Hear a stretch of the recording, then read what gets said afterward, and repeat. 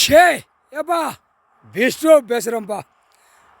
ஆந்திராவில் இருந்து வந்த பேக நாயை கொண்டு வந்தான்.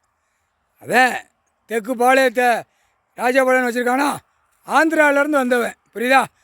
அதே கணக்கில் கைலாசத்தில் ஈஸ்வரன் எங்கள் அண்ணன் மகனை ஏமாற்றி எழுதியிருக்கான்ல, ஏமாற்றி சொத்தை ஏமாற்றி எழுதியிருக்கான் பார்த்தியா. ஈஸ்வரன் மகனுக்கு படிப்பு கிடையாது, இவன் சம்பாத்தியம்னு எழுதியிருக்கான், சுவை சம்பாத்தியம்னு. எவ்வளோ ஏமாற்றி எழுதியிருக்கான், பட்டை அடித்து வருவான், அவனுக்கு மாலை பட்டை அடிப்பான். புரியுதா? ஷே முனியப்பா பேசுகிறான்ப்பா, அவனை நானே கூட்டு காட்டுதேன், பக்கத்தில் தான் இருக்கான். போகிறப்பா விஷ்ணு போடட்டும் கணக்கு. முக்கால் சத்தியம், காதால் கேட்டுக்கோ. சனீஸ்வரி முக்கால் சத்தியம். விஷ்ணு விஷ்ணு ஆந்திராவிலேருந்து வந்து இந்த ஐயா ஈஸ்வரன் இடத்தை அசிங்கம் பண்ண வந்தவன். புரியுதா? ஒவ்வொரு தொகுதி ஒவ்வொரு இடமா 5 ஜாதி தமிழ்நாடு முழுவதும் அழிச்சிட்டான், அசிங்கம் பண்ணி வச்சிட்டான். இதுதான் கணக்கு. கைலாசத்தில் பத்திரம் போட்டு ஏமாற்றி கெச்சி போட்டவன்லேருந்து எல்லாவனுக்குமே வந்தவன் போனவன் பூரா சண்டையும் சத்திரமாக இழுத்தவனுக்கு பூரா எரிக்கல மாலை, முள்ளுச்செடி, செருப்பு மாலை கழுத்தில் போட்டுருவான்ப்பா. ஏன்னா பார்வதி அம்மாவே சொல்லுது, என் புள்ள கணக்கு விடலையா அப்படின்னு கேட்கு. புரியுதா? என் புள்ள யாரும் விட்டு கொடுக்காது, தப்பு செஞ்ச கணக்கை விட்டுரு அப்படின்ட்டுருச்சு அம்மா சொல்லிருச்சாப்பா. அதனால் அவர் நீதி அரசர், இந்த கணக்கு அவர் சொல்லக்கூடாது. மானிட பிறவி எவ்வளோ தப்பு இருந்தாலும் தப்பு செஞ்சாலும் அவர் நீதிமன்றத்திலேருந்து தூக்கி உள்ளே அடைக்கத்தான் பார்ப்பார். வெளியில் சேட்டை பண்ணுற கணக்கு பார்வதி அம்மா கேட்கும், பிள்ளைகளுக்கு கேட்கும். தான் பிள்ளை கேட்கும்ல. எதிரியில் போட்டு இவ்வளோ நாள் கஷ்டப்பட்டு கருமாயப்பட்டு கொண்டு வந்து பிள்ளைய உட்கார வச்சதுக்கு அந்த ஒரு வார்த்தை பார்வதி அம்மா கேட்கணும். கேட்டுருச்சு, நாங்கள் கணக்கு விட்டோம்.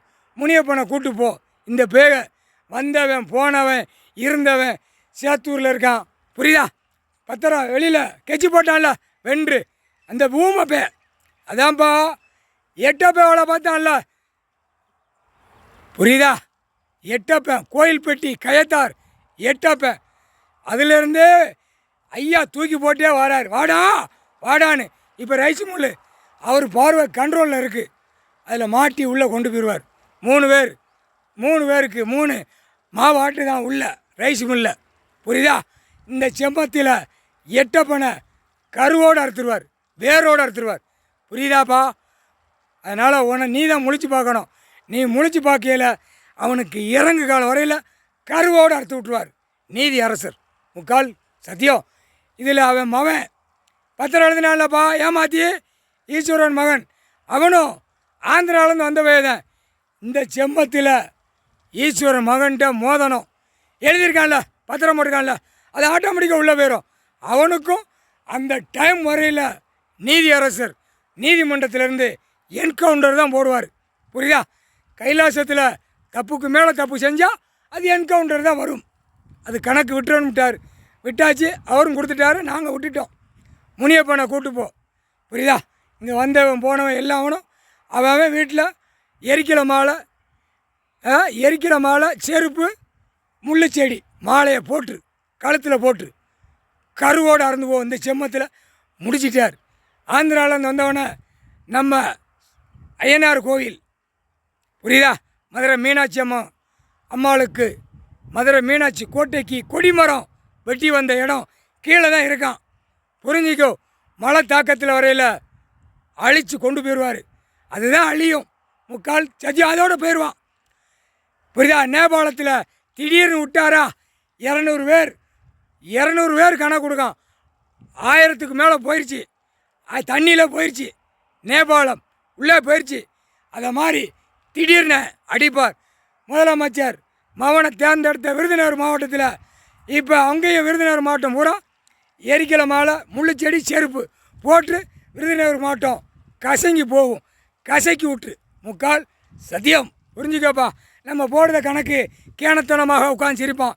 அதுதான் சிரிக்கணுங்காரு கடவுள் பரமசிவன், எங்கள் அண்ணன் ஈஸ்வரன், முக்கால் சத்தியம். இந்த குடும்பத்து ஈஸ்வரன் மகனை ஏமாத்தினவன் பூரா குடும்பமே அவன் புள்ள பேரன் பேத்தி வச்சுருக்கான். இவன் குடும்பத்தை விட்டு இது தனிப்பட்ட கணக்கு. ஏன்னா கஷ்டப்பட்டு கருமாயப்பட்டு தாய் தப்பனை அலங்கரித்து பார்த்து இன்னும் கஷ்டப்பட்டுக்கிட்டு இருக்கான். அந்த கஷ்டத்தை இவனுக்கு வேடிக்கை பார்க்கான். அதை மாதிரி அவனுக்கு நாசமாக போகையில் ஈஸ்வரன் மகன் வேடிக்கை பார்க்கணும். அதுதான் கணக்கு. அவன் சந்தோஷமாக இருக்கணும். புரியுதா? ஏன்னா மனம் கிறங்கியே போகிறான் வாரான்.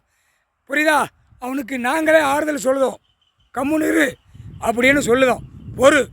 உங்கள் அப்பனே ஈஸ்வரனே பொறுமையாக இருந்து கணக்கு போட்டு முடிச்சுக்கிட்டு இருக்காரு. அதனால் நீ பொறுமையாக இரு அப்படின்னு நாங்கள் சொல்லி வச்சுருக்கோம். புரியுதா? புரிஞ்சுக்கப்பா. இந்த கணக்கை விட்டதும் பார்ப்பான், கொஞ்சம் அமைதியாக இருப்பான். புரியுதா? அதனால் கஷ்டம் கருமாயப்பட்டு தான் இந்த செம்மத்தில் உன் குடும்பம் ஈஸ்வரன் குடும்பம் 5க்கு 5 உட்காரணும் அப்படின்னு நாங்களே சொல்லிடுவோம் கணக்கு பார்த்தோன்னே. அதனால் கஷ்டப்பட்டிய கொஞ்சம் பொறுமையாக இருப்பா அப்படின்னு அவன்கிட்ட சொல்லணும். எல்லாருமே மதிக்க மாட்டேங்க. அம்புட்டு பேரில் நம்மளை பார்த்தா ஒரு மாதிரியாக தூக்கிட்டு போகிறேன் அப்படின்னு சொல்லுதான். எங்கிட்ட முதல்ல சொல்லிட்டான் ஒரு 6 மாதத்துக்கு முன்னாடி. நீ கம்முன்னுறா, உங்கள் அப்பா இல்லை உலகத்தால் சொத்து ஈஸ்வரன் சொத்து, கம்முன்னுறா, அவர் எப்படி அழிக்காருன்னு நீ வேடிக்கை பாடுறா. பிள்ளைங்க 3 பேரும் வேடிக்கை பாடுறா. பாருங்கள், 3 பேருமே பாருங்கள். பொம்பளை பிள்ளை பார்க்கணும், நாகராஜன் பார்க்கணும், இளையவன் நீயும் பார்க்கணும். புரியுதா? அதனால் கம்முன்னு இரு அப்படின்னு நாங்கள் தட்டி கொடுத்துருக்கோம். எங்களை கஷ்டப்பட்டு செமந்து குளிப்பாட்டு தான் இவனை குடும்பத்துக்குள்ளே கூட மதிக்காமல் இருக்குது. அது கூட தேவையில்லைன்ட்டான். மதிச்சானா மதிக்காமலானா அப்படின்ட்டான். அதனால் கவலைப்பட வேண்டிய அவசியம் இல்லை. இவனை சங்கடப்படுத்தவனை பூரா சீக்கிரமாக ஒரு ஆட்டி விட்டுரு. கைலாசத்தில் முட்டி மோதனவனை குடும்பமே எரிக்கல மாலை, முல்லைச்செடி, செருப்பு மாலை போட்டுறப்பா.